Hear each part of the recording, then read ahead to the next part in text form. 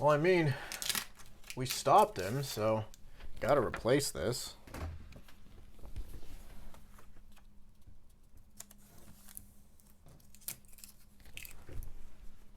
Hell yeah.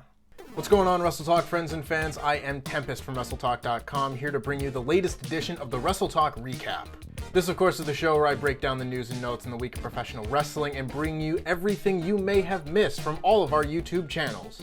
As for the match of the week, Power Struggle hasn't happened yet as I'm recording this, so if there was a match of the week candidate on that show, which there very well may have been, please insert it here.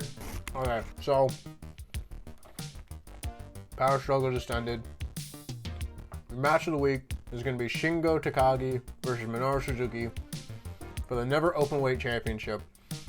As you would expect, it was stiff as a horse. These two just worked really well together, and Shingo Takagi managed to pick up the win and recapture the Never Openweight Championship.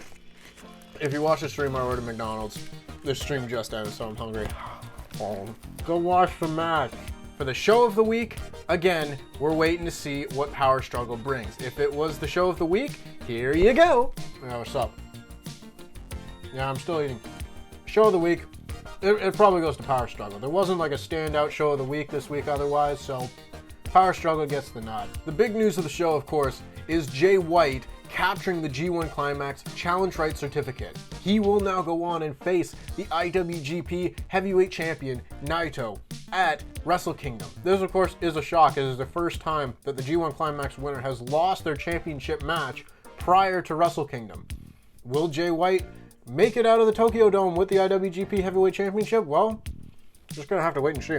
Moving over to the news now, a list of banned images was shown backstage at WWE. This, of course, included many AEW stars as well as logos of outside companies and Jim Cornette, who thought the whole thing was kind of funny. Also, from the producers of The Last Dance, a documentary on Stone Cold Steve Austin is reportedly now in production.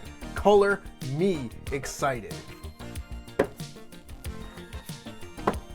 As Stone Cold would say, give me a yes please. And finally, it was reported by our own Louis Dangor that FTR is reportedly not as happy with the build to their match with the Young Bucks as they could have been. Moving over to this week's shows, Raw started the week with a pretty uneventful show. Braun Strowman qualified for the Men's Survivor Series match, and The Miz and John Morrison took on Drew McIntyre in a handicap match in the main event. Over on NXT, Dakota Kai somewhat bafflingly defeated Ember Moon with the help of Raquel Gonzalez, and in the main event, Tommaso Ciampa defeated the Velveteen Dream.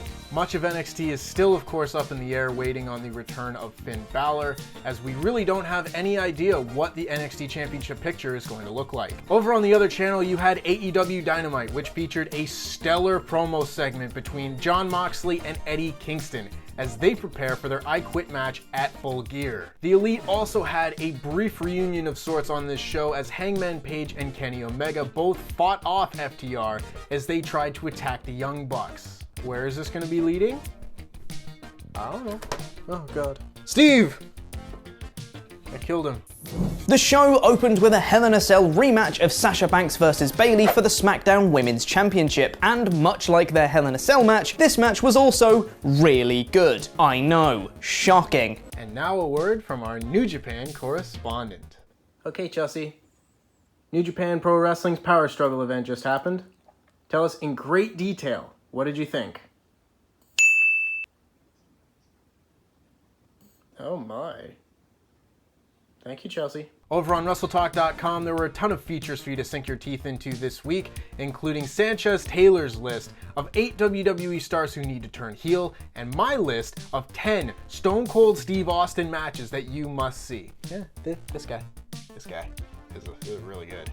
Back over on YouTube, you had Adam Blampier's list of the 10 worst mistakes WWE has made with the WWE Championship. Jinder Mahal. It's the greatest prize in sports entertainment, and it can be used to hold up your trousers. The WWE Championship dates back to the WWF. It's decorated the waist of this industry's greatest talent, and also Sid. It's WWE's oldest current operating title. It's most prestigious, the highest accolade in the biggest wrestling company in the world, the boyhood dream for so many aspiring wrestlers, or it should be but it isn't. Of course, over on Parts Unknown, you had the latest edition of Calling Spots with a story inspired by a prompt given by the mayor of Painesville, Dan.